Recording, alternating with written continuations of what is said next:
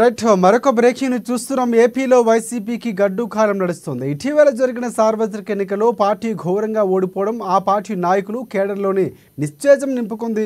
ఈ క్రమంలోనే మాజీ మంత్రులు, ఎంపీలు, ఎమ్మెల్యేలు, ముఖ్య నాయకులు సైతం ఒక్కొక్కరుగా పార్టీని వీడుతున్నారు. ఈ క్రమంలోనే తాజాగా పార్టీకి మరొక ఇద్దరు ఎమ్మెల్సీలు గుడ్ బై చెప్పబోతున్నారు. అందులో కళ్యాణ చక్రవర్తి, కరిబి పద్మశ్రీ ఉన్నారు. ఈ మేరకు తమ రాజీనామాను మరికొద్దిసేపట్లోనే మండలి చైర్మన్ కొయ్యే మోషన్కు రాజుకు అందజేయబోతున్నారు. కాగా గురువారం పార్టీకి ఎంపీలు మోపిదేవి వెంకటరమణ, బీద మస్తాన్ రాజీనామాలు చేయగా ఆ వెనువెంటనే ఇద్దరు ఎమ్మెల్సీలు వైసీపీ నుంచి వైదొలుగుతుండడంతో ప్రస్తుతం వైసీపీ నాయకుల్లో అసలు ఏం జరుగుతుందో తెలియని గందరగోళం నెలకొంది.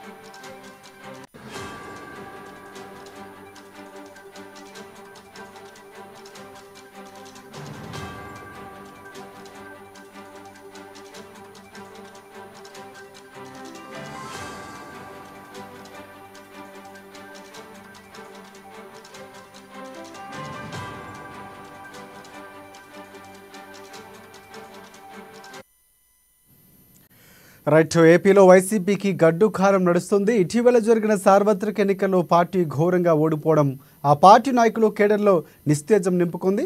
ఈ క్రమంలోనే మాజీ మంత్రులు, ఎంపీలు, ఎమ్మెల్యేలు, ఎమ్మెల్సీలు, ముఖ్య నాయకులు సైతం ఒక్కొక్కరుగా పార్టీని వీడుతున్నారు. ఈ క్రమంలోనే తాజాగా పార్టీకి మరొక ఇద్దరు ఎమ్మెల్సీలు గుడ్ బై చెప్పబోతున్నారు. అందులో కళ్యాణ చక్రవర్తి, కర్రి పద్మశ్రీ ఉన్నారు. ఈ మేరకు తమ రాజీనామాలను మరికొద్దిసేపట్లోనే మండలి చైర్మన్ కొయ్యే మోషన్ రాజుకు అందించబోతున్నారు. కాగా గురువారం పార్టీ క్యాంపులో మోపిదేవి వెంకటరమణ, బీద మస్తాన్ రాజీనామా చేయగా ఆ వెంటనే ఇద్దరు ఎమ్మెల్సీలు వైసీపీ నుంచి వైదొలుగుతూ ఉండడంతో ప్రస్తుతం వైసీపీ నాయకులు అసలు ఏం జరుగుతుందో తెలియని గందరగోళం నెలకొంది. ఇదే అంశానికి సంబంధించి మరిన్ని అప్డేట్స్ అందించేందుకు మా ఇన్పుట్ ఎడిటర్ శ్రీనివాస్ మనకి ఫోన్ లైన్లో సిద్ధంగా ఉన్నారు. ఎస్ శ్రీనివాస్, చెప్పండి. రైట్ రాజశేఖర్, ఏదైతే వైసీపీ నుంచి ఇతర పార్టీలకి వలసల పర్వం కొనసాగుతుందని చెప్పొచ్చు. గత వారం రోజులుగా కూడా వైసీపీకి ప్రతిరోజు కూడా ఏదో ఒక షాక్ తగులుతుంది. పార్టీని వీడుతున్న వారి సంఖ్య క్రమంగా పెరుగుతూ వస్తుంది. మనకి ఈ రోజు తాజాగా అందిన సమాచారం ప్రకారం చూసుకుంటే కనుక పార్టీకి సంబంధించి ఇద్దరు ఎమ్మెల్సీలు కళ్యాణ్ చక్రవర్తి, కర్రి పద్మశ్రీ ఇద్దరు కూడా ఎమ్మెల్సీ పార్టీ వీడుతున్నట్లు కొద్దిసేపటి క్రితం ప్రకటించడం జరిగింది.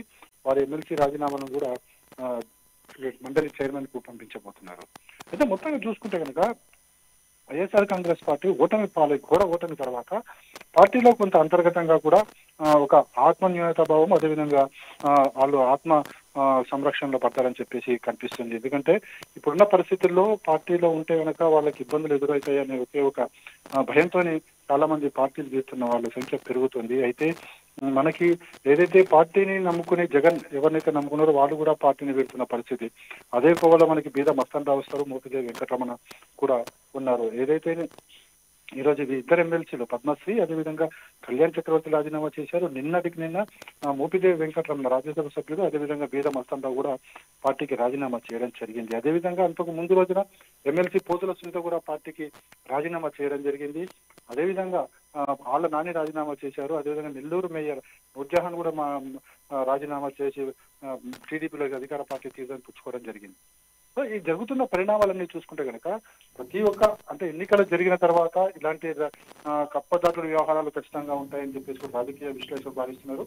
అయితే ఈ స్థాయిలో ఉండడం అనేది ఇప్పుడు చర్చనీయాంశమైందని చెప్పొచ్చు. ఎందుకంటే గత ప్రభుత్వం వైసీపీ జగన్ అధికారంలో 151 స్థానాలు అతిపెద్ద పార్టీగా అవతరించింది. ఆ తర్వాత పార్టీ చాలా బలంగా ఉందనుకున్నారు. ఎన్నికల తర్వాత ఫలితాలు చూస్తే కనుక మొత్తం ఆ పార్టీ కేవలం 11 స్థానాలకే పరిమితమైన పరిస్థితి కనిపించింది. సో ఇలాంటి పరిస్థితుల్లో పార్టీలో ఉండడం కంటే ఇతర పార్టీలకు వెళ్ళడం బెటర్ అనే ఒకే ఒక చాయిస్ అని చాలా మంది నేతలు పార్టీ వీల్తున్నట్టు తెలుస్తుంది. అయితే దీనిలో పార్టీ వీడుతున్న వాటిలో ఢిల్లీ సుభాష్ చంద్రబోస్ పేరు కూడా వినిపించింది, అదేవిధంగా అయోధ్య రామిరెడ్డి పేరు కూడా వినిపించింది. కానీ వాళ్ళిద్దరు కూడా కొద్దిసేపటి క్రితమే వైసీపీ మీడియా పాయింట్ లో మాట్లాడుతూ తాము ఈ పార్టీని వీడడం లేదు, చివరి వరకు కూడా జగన్తోనే ఉంటామని చెప్పేసి కూడా స్పష్టం చేయడం జరిగింది. అయితే ఒకవైపు పార్టీని వీడుతున్న వారి సంఖ్య చాలా ఎక్కువగా ఉంది. అయితే కొంతమంది పేర్లు వస్తున్నాయి, పేర్లు వచ్చిన తర్వాత వాళ్ళు ఉంటున్నామని చెప్తున్నారు, ఆ తర్వాత మళ్ళీ వాళ్ళు కూడా పార్టీ మారుతున్న పరిస్థితి కనిపిస్తుంది. అంటే ఇదంతా కూడా చూసుకుంటే కనుక రాజకీయ పరిణామాల నేపథ్యంలో ఎప్పుడైతే అధికార మార్పులు జరిగాయో ఖచ్చితంగా ఈ తరహా మార్పులు కూడా ఉంటాయి. దీన్ని పార్టీ కూడా గమనిస్తుంది నిశ్చితంగా. అయితే పార్టీ నుంచి ఎవరైనా బయటకు వెళ్తే వాళ్ళకి వెళ్లకుండా ఆపే ప్రయత్నాలు కూడా చేస్తుంది. అయినప్పటికీ కూడా వెళ్ళాలనుకునే వాళ్ళు మాత్రము వైసీపీ పట్టించుకోవడం లేదు. ఎందుకంటే ప్రస్తుతం వైఎస్ జగన్మోహన్ రెడ్డి విదేశీ పర్యటనకు వెళ్ళబోతున్నారు. ఈ నేపథ్యంలో వెళ్ళి వచ్చే లోపల పార్టీలు ఇంకెంతమంది ఉంటారా అనే ఒక అనుమానం కూడా వ్యక్తమవుతున్న పరిస్థితి అయితే కనిపిస్తుంది. మొత్తానికైతే ఈ జగన్ పార్టీలో జరుగుతున్న పరిణామాలు ఏదైనా ఆ పార్టీ నాయకులను అదేవిధంగా పార్టీ కార్యకర్తలను కొంత ఆందోళనకు గురి చేస్తున్న సంగతి మాత్రం తెలుస్తుంది. ఎస్ ఒకటి ప్రధానంగా శ్రీనివాస్, గతంలో కూడా మనం చూసాం మీరు అన్నట్లు అధికార మార్పు జరిగిన తర్వాత ఖచ్చితంగా ఏ పార్టీ అధికారం ఉంటే ఆ పార్టీకి మార్పులు వలసలు అనేవి కామన్గా జరుగుతూ ఉంటాయి. అంటే గతంలో ఏమైనా ఇక్కడ టీడీపీ కొంచెం ముఖ్యమైన నాయకుల్ని ఆకర్షించే ప్రయత్నం చేస్తుందని ప్రధానంగా వైసీపీ కూడా ఆరోపిస్తున్నటువంటి పరిస్థితి కనిపిస్తుంది. సో ఆ కోణంలో ఆలోచిస్తే కనుక అధికార మార్పు అనేది కాంగ్రెస్ పార్టీకి సంబంధించి గతంలో చాలా సందర్భాల్లో మాట్లాడుతున్నారు. అప్పుడు కూడా ఇప్పుడు కూడా సేమ్ అలాగే వైసీపీ పార్టీకి సంబంధించి కూడా వచ్చాయి. సో ఇక్కడ టీడీపీ ఏమైనా వైసీపీకి సంబంధించి కావాలనే కొంతమంది లాక్కునే ప్రయత్నం చేస్తుంది అనుకోవచ్చు మనం. అయితే ఇక్కడ ఉన్న రాజకీయ పరిణామాల్లో ఇప్పుడున్న పరిస్థితుల నేపథ్యంలో ఉమ్మడి ప్రభుత్వానికి పెద్దగా అవసరం లేదని చెప్పొచ్చు. ఎందుకంటే వాళ్ళకి నంబర్స్ ఏవైతే ఉన్నాయో ఎమ్మెల్యేల సంఖ్య చాలా ఎక్కువగానే ఉంది. ప్రభుత్వానికి ఏ విధమైన ధోకా లేదు.